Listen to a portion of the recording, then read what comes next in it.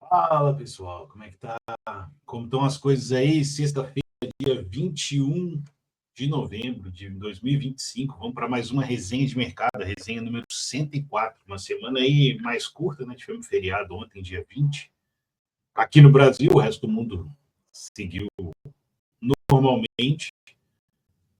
Semana curta, mas com bastante notícia, né? Principalmente a notícia aí do Banco Master, né? Foi liquidado pelo Banco Central. Vamos falar bastante disso, tá? Vamos lá, primeiro, então, passando aí pela semana do mercado. O mercado em novembro estava vindo segue assim, né? Uma tendência, meio a tendência do ano, né? Porém, essa semana tudo meio que inverteu. O acumulado aí de entrada de fluxo estrangeiro na bolsa está positivo em 5,9 bilhões. Ótima notícia, né? Chegou a levar o índice do Ibovespa até 158 mil pontos, né? Agora recuou um pouco para 154. O Ibovespa segue crescendo, né? Segue no mês ali positivo em 3,30, mas só essa semana caiu 2%. Hoje está aí caindo mais ou menos 0,57 na hora que eu tirei o print, agora são umas 11h10 da manhã. Semana passada aconteceu de eu falar aqui de manhã e de tarde reverteu todo o cenário, mas o mercado é assim que ele funciona. O dólar reverteu também, na semana está subindo 1,47 e no mensal está caindo um pouquinho, né, 0,41, chegou a cair mais de 1% aí no mês. E o IFIX também ali, quase no 0 a 0 ali, o mensal subindo 0,81, que não é um mau resultado, né, mas segue positivo em todos os vértices aí. E os DIs que estavam caindo bastante no mês, continuam caindo, mas na semana alguns estão positivos, né, alguns vencimentos positivos. Hoje, quase todos positivos. No ano, graças a Deus, ainda seguem negativos. Deixa eu tirar minha cabecinha daqui para eu poder ver o resto. E os mercados estrangeiros, né, o S&P caindo 5% no mês. Né? Só essa semana está caindo 2,5%. Ontem, aqui com a bolsa fechada, com os nossos mercados fechados, teve uma queda grande lá do mercado, né? Teve uma queda grande das ações lá nos Estados Unidos. Está saindo lá os resultados das empresas de tecnologia, NVIDIA, etc. E vamos ver aí os resultados de todos para a gente poder comentar um pouco melhor, né? Tem muita expectativa quanto a esses resultados, principalmente das empresas de tecnologias, que no fim das contas é o que está puxando lá o índice lá fora, né? Se você tira as empresas de tecnologia, de inteligência artificial, essas grandes aí, né, de nuvem e tal, o S&P não está tão bom assim. São essas empresas que estão puxando as altas aí. O DXY, né, que é o câmbio dólar contra uma cesta das moedas mais importantes do mundo, subindo 0,57, ou seja, se valorizando, 0,57 no mês, e os juros ali americanos de 10 anos caindo 1,01. Eu vi alguém do mercado falando agora mais cedo que a chance de corte de juros nos Estados Unidos para dezembro subiu nas apostas lá, né, de 30% para 70%. Chance de corte dos juros americanos seria uma excelente notícia para todo mundo. Vamos falar um pouquinho disso aqui, porque a notícia é importante, principalmente lá nos Estados Unidos. Eu acho que o grande destaque da semana lá foi a redução das tarifas, né? O governo Trump já tinha tirado aquela tarifa recíproca no começo da semana, que era de 10%, mas seguia com essa tarifa adicional de 40% sobre os produtos brasileiros, né? 40% de taxação sobre os produtos brasileiros, que é muito alto. Saiu uma tabela de comparação lá, vários países ali com essa tarifa adicional de 0 ou 10, e o Brasil seguia com 40. Porém, como a gente vem dizendo aqui, né, essas tarifas influenciam diretamente na inflação dos Estados Unidos. Eles estão querendo combater a inflação lá, que está mais alta do que a média histórica. O Fed quer cortar juros, para isso precisa de menos inflação, menos, etc. E essas tarifas aí, essas tarifas nos produtos brasileiros pesavam demais lá na inflação, principalmente porque são produtos que os americanos consomem, só por cima aqui, principalmente muitos itens do setor agropecuário, tais como carne bovina, que americano adora, e consome bastante. Café, fruta, suco de laranja. Então, são produtos ali que são importantes, né, para o dia a dia do americano, e com essa tarifa de 40%, ia pesar demais ali no consumo daquele país. A decisão foi formalizada por uma ordem executiva. A ordem executiva é como se fosse uma medida provisória, assinada pelo presidente Donald Trump, e tem efeito retroativo a 13 de novembro, lá atrás, quando começou essa discussão aí dos 10%.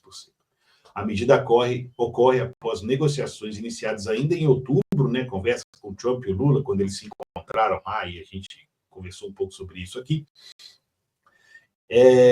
E foi depois continuada pelo Itamaraty, né, pelos técnicos do Itamaraty, que destacou o avanço nas relações comerciais e afirmou a disposição para continuar o diálogo e visando eliminar tarifas sobre outros produtos da lista. A lista é bem grande. Segundo o governo americano, a retirada das tarifas busca reduzir tensões comerciais e fortalecer parceria estratégica. Bom, é um roteiro bem parecido com o que aconteceu com outros países, né? Primeiro veio o Trump e anuncia umas tarifas absurdas, depois abaixa um pouquinho, chama para negociação, ali o corpo técnico ali diplomático negocia, depois ele vai zerando ou deixando um resquício de alguma coisa e tal. Não se falou nada sobre o nosso lado, se o Brasil vai deixar de cobrar algumas tarifas dos Estados Unidos, porque cobra muita tarifa, não só dos Estados Unidos, como de vários países. O Brasil tem um mercado, eu sempre falo aqui, né, uma relação comércio exterior por PIB muito baixa, né, a gente precisava ser um pouco mais aberto, porque historicamente, nas relações econômicas, a gente vê que quanto mais o país importa, mais ele consegue exportar, né, porque ele importa insumos que ele não tem, máquinas que ele não consegue produzir, tudo isso, e aí melhora os produtos aqui e consegue exportar mais. Como nossa pauta exportadora é muito voltada para commodities, né, isso tem uma influência menor. Existe muito lobby lá no Ministério do Desenvolvimento da Indústria e Comércio sobre produtos importados, né? Então, a maioria dos produtos importados que teoricamente concorreriam com produtos brasileiros são taxados muito alto, e a maioria das vezes esse mercado não se desenvolve mesmo com a tarifa bem alta, né? 1000 motivos, que não vale a pena falar aqui, mas por isso que a gente tem importações caras e pouca exportação em relação ao PIB, tá? De uma forma geral. Porque a gente tem alguns setores que vivem de exportação, como o agro e das commodities, mas, de uma forma geral, o mercado brasileiro é bem fechado para o exterior. Acho que até já fiz aqui, eu já botei aqui a relação, né, e comparei com outros países do nosso tamanho, enfim. Mas essa notícia, boa notícia aqui para o Brasil. Obviamente, todo mundo vai tentar politizar, né, falar que foi o Lula que fez, enfim, é o governo que fez, né, são os dois governos negociando, e era um pouco do esperado, a não ser que o Lula quiser, a não ser para quem comprou, né, aquela ideia de que o filho do Bolsonaro que está lá, que forçou o Trump a botar tarifas no Brasil, enfim, um negócio que não se sustenta, na minha opinião, ali nunca se sustentou essa história, enfim, acho que não fazia o menor sentido.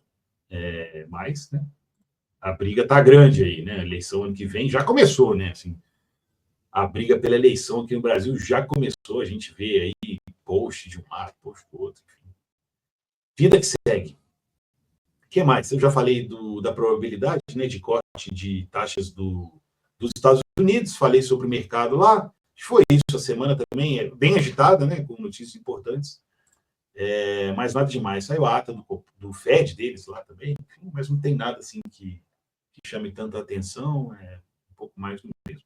Chegar aqui para o nosso assunto principal, né, aqui do Brasil, a gente amanheceu aqui na quarta-feira, dia 19, com a notícia que o Banco Central tinha liquidado o Banco Master. O Banco Master é um banco que antes se chamava Banco Máximo, né? Aí esse Daniel Borcaro comprou ele, acho que em 2016, 2017, e estava transformando o Master num player ali mais ou menos relevante aqui no mercado bancário brasileiro. Mas diferente da tradição dos banqueiros brasileiros, que é de quase ser um completo anônimo, né, de nunca aparecer de forma alguma, o mínimo possível nas páginas, principalmente nas páginas de coluna social, não sei o quê, o Daniel Borcaro optou por outro caminho, né, de aparecer muito, de divulgar a festa para a filha dele, de milhões, 20 milhões foi a festa que ele fez, chamou DJ famoso e tal. Então, ele ia muito na contramão do que é um comportamento normal aqui no Brasil para um banqueiro, né? Não aparecer muito, principalmente não aparecer gastando muito. Você não vê, por exemplo, a Safra lá, né? A viúva do seu Safra aparecendo, o pessoal do Bradesco, enfim. A gente não vê nada disso. E ele apareceu bastante. Mas vamos lá. Terça-feira, o Banco Master já vinha com algum problema ali, desde o ano passado, pelo menos. E esse ano teve uma negociação entre o BRB, que é o Banco Regional lá de Brasília, com o Master, para comprar um pedaço do Master, e o Banco Central não deixou essa operação acontecer, porque já estava desconfiado que tinha alguma coisa errada ali. Eu já sabia que tinha uma coisa errada. Eu ia falar, cara, a gente vai falar com alguns detalhes sobre isso, né? Mas estou meio que contando a história. Chegou na terça-feira, a Fictor, né, que é uma, não sei nem como definir, mas é uma financeira, como se fosse uma empresa que também capta no mercado para fazer as operações dela lá dentro e depois dar uma remuneração para quem entrou ali, não está no FGC nem nada. Segundo apareceram as notícias, ia fazer uma proposta pelo Banco Master. Eu estava fechando negócio com o Banco Master, mais um banco árabe aí qualquer, para comprar o Banco Master. Na terça-feira. Na própria terça-feira, o Banco Central decidiu, ouviu que isso era uma cortina de fumaça, né, para embaralhar mais o cenário, e resolveu liquidar o Banco Master e prender o presidente do Banco Master, Daniel Vocaro, mais algumas pessoas, dentro de uma operação que chama Compliance Zero, que eu também vou falar sobre isso mais para frente. Enfim, banco liquidado. Vamos falar primeiro do mercado. O que significa isso para os clientes, quer dizer, né? Para quem é credor do Banco Master, para quem comprou o CDB do Banco Master ou outros produtos que estão dentro do FGC. Bom, nesse momento, o que o cliente tem que fazer é baixar o aplicativo do FGC, se cadastrar lá e esperar a lista de liquidação que o Master manda para o FGC. Entrou lá, vai ter o seu nome, seu CPF, só pede o resgate. Em 48 horas, você vai receber o seu capital mais os juros corrigidos até a terça-feira. Tá? Terça-feira foi o último dia de correção. Quando o banco é liquidado, aquele dia trava, né, congelado ali o investimento, e daí para frente você vai receber o valor que você aportou mais os juros até aquele dia 19 de novembro de 2025. Detalhe, para CPFs, para quem tem por CPF até 250 mil, incluindo tudo, né? Se você comprou lá 200 mil de Banco Master e os juros passaram de 250, você vai receber só 250. Se você colocou mais capital do que 250, você vai receber só 250, tá? Então, é isso. Acho que vai abater só o imposto de renda, mais o bruto até 250. Tranquilo, o pagamento é feito em até 48 horas depois que o banco libera. Eu já tive experiência com clientes que precisaram do FGC e sempre funcionou muito bem. Obviamente não era esse tamanho, não era essa mídia, né? A gente quase não ouve falar quando bancos menores quebram ou são liquidados e entram no FGC. Mas, pela minha experiência como assessor e com os clientes que já passaram por isso, foi bem tranquilo. Acho que não vai ser diferente, muito pela mídia que teve esse caso. Então, isso foi em relação aos clientes. Qualquer dúvida, cara, pode entrar aqui, você está ouvindo aí, tem, não tem, conhece alguém que tem, a gente ajuda aqui, independente de onde está esse título. Em relação ao mercado, né, a instituição já estava ali sobre um risco alto por causa do custo de captação que eles tinham e da exposição a investimentos considerados arriscados, com juros muito acima do padrão de mercado. Porém, eu quero passar aqui, tem uma nota do COMEF, que é o Comitê de Estabilidade Financeira do Banco Central, que afirmou que o Grupo Master representa 0,57% do ativo total e 0,55% das captações totais do sistema financeiro, ou seja, não, segundo o COMEF, não há risco sistêmico, tá? Não tem risco sistêmico. Qual que é o problema de ter uma liquidação grande, né, no mercado? É esses títulos estarem espalhados por tantas instituições, tantas outras instituições, fundos e tal, que as outras começam a comprometer o balanço de outras instituições. O COMEF, que é quem cuida disso, disse que não tem esse risco de contaminação do mercado, né? Embora seja um valor grande, né? Algumas pessoas calculam por volta de 40 bilhões, né, que o FGC vai ter que pagar, né, para assumir aí a conta do Master. Não há risco, segundo o COMEF, de contaminação. Em terceiro, queria falar sobre a regulação, né? Essa operação Compliance Zero combateu a emissão de títulos de crédito falsos por instituições financeiras que integram o sistema financeiro nacional, que estão sendo investigados por crime de gestão fraudulenta, gestão temerária, organização criminosa, entre outros. Então, a operação, houve, o que a gente está sabendo agora é que houve uma operação fraudulenta entre o BRB e o Master para repassar recursos com títulos que não existiam, tá? Por isso que ele foi preso. Não é por colocar CDB acima do mercado, não é por gestão do banco dele até esse momento, por enquanto não. Por enquanto foi essa operação entre o BRB e o Banco Master agora no primeiro semestre de 2025. Foi determinada a prisão dele porque, segundo a PF, ele estava fugindo num jatinho na terça-feira. Ele disse que estava indo para os Emirados Árabes para fechar o negócio, mas a PF prendeu ele porque achou que ele ia fugir. Enfim, foi isso que aconteceu. Então, estamos nesse pé. Vai ter... Agora é a parte que eu acho mais importante, né? Vai ter TCU, né? Mais que seja assim, uma instituição que às vezes falha, vai determinar a realização de uma auditoria operacional no Banco Central, com o objetivo de avaliar a eficácia dos processos e procedimentos de supervisão e fiscalização atualmente adotados, como identificar eventuais falhas e propor melhorias. Além, né, do uso do banco para questões escusas, né, o que o Master fazia? Ele emprestava ele captava no mercado com uma taxa melhor, e para poder pagar esses CDBs, né, e outros títulos com uma taxa de juros um pouco maior que a do mercado, ou às vezes bem maior que a do mercado, tinha que fazer investimentos de maior risco, né? Ele não emprestava isso, né? A maioria das financeiras faz o quê? Bota um CDB no banco, capta aquele CDB, empresta para pessoas, né? Tipo, as financeiras, principalmente, faz isso muito bem, empresta para as pessoas, recolhe um valor acima, né, do que, obviamente, elas captaram, depois pagam os CDBs que estão ali. Isso sempre ocorre todos os dias, de forma natural, normal. Pequenos bancos, pequenas financeiras estão aí, vendem CDB e tal.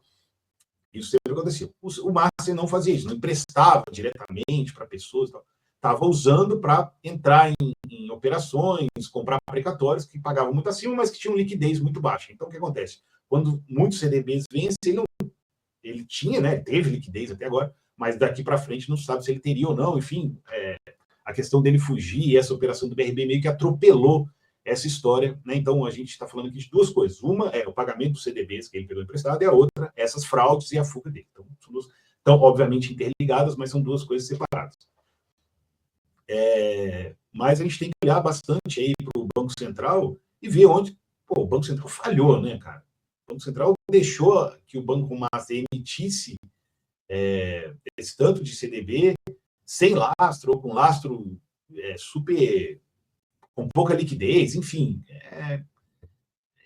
E tem os dados do Banco Master, assim, se você olhar lá, está sempre crescendo, assim, os resultados são bons. Alguma coisa falhou aí no meio do caminho, a gente precisa descobrir o que falhou para a gente consertar o que está errado, né? Jogar a culpa em outras coisas é esconder o problema e não resolver o problema, né? Porque no fim das contas, o que ele fez? Ele usou o FGC, né? Ele falou, bom, as pessoas vão pensar no FGC, vão me dar 250 mil, ou um pouco menos, obviamente, e eu vou usar isso para me financiar. O cara gastava muito com ele, né? Deve ter espalhado patrimônio para todo lado, enfim, né? Usou o sistema e quando você usa o sistema dessa forma, tem que ter algum tipo de regulação. E eu sempre falo aqui, a regulação no Brasil sempre foi muito boa. Comparado com outros países, até Estados Unidos, a regulação aqui do mercado é muito boa. Então, alguma coisa falhou. O presidente do Master gostava muito de andar com político, né, de contratar político para consultoria e tal. Então, pode ter acontecido alguma coisa nesse sentido. Vamos ver aí as investigações para onde vão levar essas conclusões, né? No final, enfim, eu quero deixar só um recado aqui. Eu li um artigo aqui da Juliana Schincariol, que é uma jornalista especializada em mercado financeiro. Ela escreveu algumas coisas boas. Quem quiser o artigo inteiro, eu coloquei aqui, né? Não coloquei o título aqui. Bom, enfim, Juliana Schincariol, Infomoney, está lá. Ela escreve o seguinte, né? Separei 3 partes aqui que eu acho importante. Os investidores que compraram carteiras e produtos ligados ao Master não foram imprudentes nem movidos por ganância. foram parte de uma engrenagem que apresentou as operações como sólidas, rentáveis e chanceladas por uma instituição regulada. Houve confiança, não imprudência. E confiança é justamente o terreno onde a má governança prospera. Achei bem interessante isso aqui para a gente fazer uma reflexão, porque realmente são muitas camadas, né, que o CDB enfrenta para chegar na tela do investidor. Passa por rating, passa por regulamentação, Banco Central, enfim. Então, a gente acho que tem que olhar por esse sentido, né? Ela defende um pouco aqui quem investiu no Banco Master, né? Não é que você não estava indo ali na birosca da esquina, você não estava colocando dinheiro em tigrinho, né? Não é tigrinho, não é... É um banco que passa por toda a regulamentação de bancos que o Brasil sempre teve. Então, né? As pessoas estavam buscando o seguro dentro do FGC, dentro do rating possível. O rating do Banco Master não era, né, não era dos melhores, mas também não era dos piores. Enfim, a gente tem que olhar com carinho para esse lado, né? Houve uma sequência de erros até esse CDB aparecer na tela aí dos clientes. A assimetria de informação é evidente quando se observa que lastros inexistentes ou fabricados passaram despercebidos por quem deveria verificar, auditar e questionar. A falha está na origem, nos controles internos que não funcionaram, na ausência de segregação efetiva de funções, na concentração de poder decisório e na comunicação, que vendia solidez enquanto escondia o risco e muito mais. O investidor confiou em estruturas que deveriam protegê-lo e não expô-lo. O investidor confiou em estruturas que deveriam protegê-lo e não expô-lo.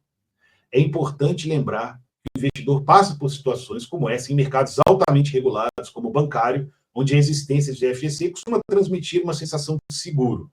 O FGC protege depósitos, mas não elimina o risco de liquidação, de operações mal estruturadas ou de perdas em produtos que não estão cobertos.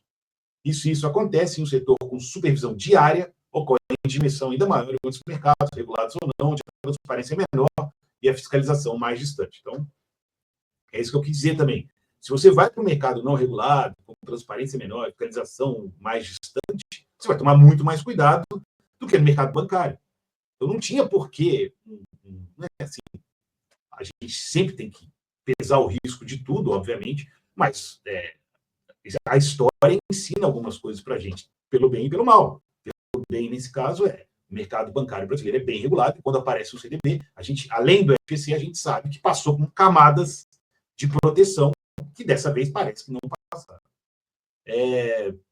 A última coisa que eu queria falar sobre isso, que eu lembrei aqui durante a minha leitura, foi... não anotei e acabei esquecendo. Se eu lembrar, daqui a pouco eu falo. Não era tão importante assim, mas... enfim, não lembro. Perdoe-me. É muito assunto aqui para organizar. Me lembrei aqui quando estava lendo e agora fugiu. Enfim, eu acho que esse é uma grande lição que fica, né? Não só para o investidor, como para o próprio assessor, como para quem distribui, enfim, é importante a gente passar por isso, sim, e espero que dê tudo certo, né? Não tem porquê, acho que não dá tudo certo em relação ao FGC, os novos pagamentos e tal. Teve muita gente que está fora do FGC, ou institucionais ali que colocaram bastante dinheiro no Master, né? Vão ter que ir pela via judicial, tentar, né? Ver se recolhe alguma coisa. E, sim, né? O FGC... lembrei o que eu queria falar. O FGC, eu sabia que se eu ficasse enrolando aqui, eu lembraria. O FGC existe para isso, né? Para proteger o pequeno investidor, o varejo, né? De algum erro, alguma coisa assim. Então, teoricamente, o sistema, por mais que tenha sido liquidado o banco, a gente tenha que correr o FGC, faz parte do sistema, faz parte da previsão do sistema. Se o FGC não funcionar, aí sim, aí tudo falhou. Se o FGC funcionar, o sistema, de uma forma geral, funcionou, né? Protegeu quem seguiu as regras. Eu acredito que deva vir alguma mudança de FGC depois disso, tá? Porque, assim, sempre que acontece uma coisa grande, os caras querem mudar tudo, vão acabar mexendo onde não precisa. Se ocorrer alguma mudança do FGC, tipo, só vai proteger o seu capital, ou já vi falando, investidor qualificado não vai ter FGC e tal, vai ser muito ruim, isso vai incentivar a concentração bancária, tá? Porque o que acontece hoje? Se o cara que tem muito dinheiro para investir, ele vai procurar uma LCI, uma LCA, um CDB de banco, ele não vai pegar, no Banco Master eu nem digo, mas não vai pegar nem no Banco Médio. Ele vai sempre pegar de Itaú, Caixa, Banco do Brasil e tal. Porque não tem FGC acima de 250, ele vai colocar 1 milhão, sei lá, precisa colocar ali por tempo, que seja. Então ele vai botar num banco grande. E quem também não tem até 250, mas, cara, vai olhar ali para a tela e vai falar: esse banco nunca ouviu falar, essa financeira nunca ouviu falar, tchau, tchau, tchau, tchau, tchau. Só vai, né, ir atrás dos bancos, ou que ele conhece muito bem, ou que ele sabe que a solidez só vai quebrar se tudo quebrar antes.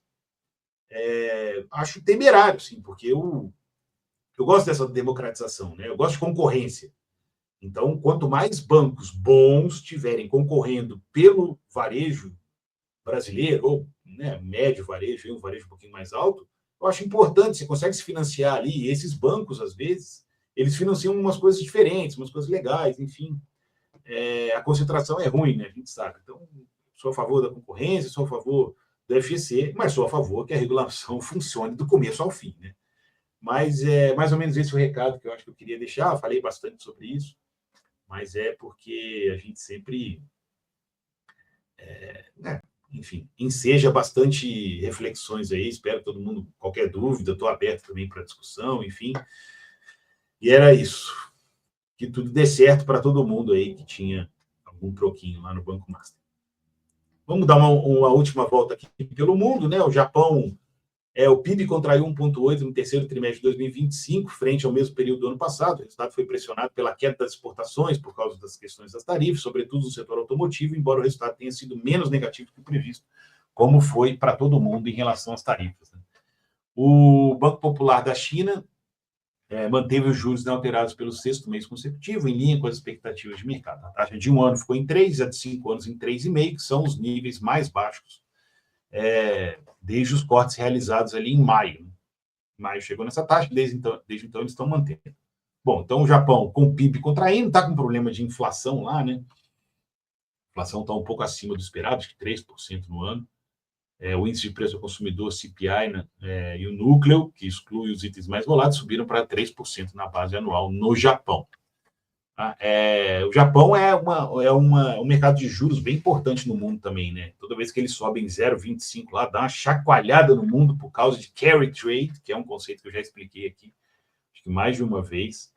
E a China mantendo os juros inalterados significa também que não está pensando em baixar mais do que isso, né? Teoricamente poderia fazer um incentivo ali baixando mais os juros, né? Principalmente os mais longos, mas também está preocupada ali com o que pode acontecer, né? Apesar deles não terem pressão inflacionária, mas baixar demais os juros, a gente sabe que, ainda mais para a China, né? O que acontece? Qual que é o problema de juros muito baixos, ou juros artificialmente mais baixos? Projetos muito mequetrefes começam a receber liquidez, né? Como o dinheiro está muito barato, as pessoas começam a incentivo muito grande a pegar empréstimo e investir em coisas que talvez não fazem muito sentido. Aí, quando tem que subir os juros de novo, é aquela questão da maré baixa e quem está sem sunga, né, aparece. Já aconteceu no resto do mundo, né? Aí, quando tiveram que puxar a taxa depois da pandemia, muita gente quebrou por conta disso, porque tivemos quase 10 anos de juros tão baixos que algumas taxas reais eram até negativas, né? A inflação era maior do que a taxa nominal ali de juros, então a China deve estar tomando cuidado com isso também. Tá certo? É isso. O recado da semana era esse, bastante coisa, uma grande notícia aí em relação ao Banco Master. Um ótimo final de novembro para todos. Nos vemos na semana que vem. Um abraço e até lá.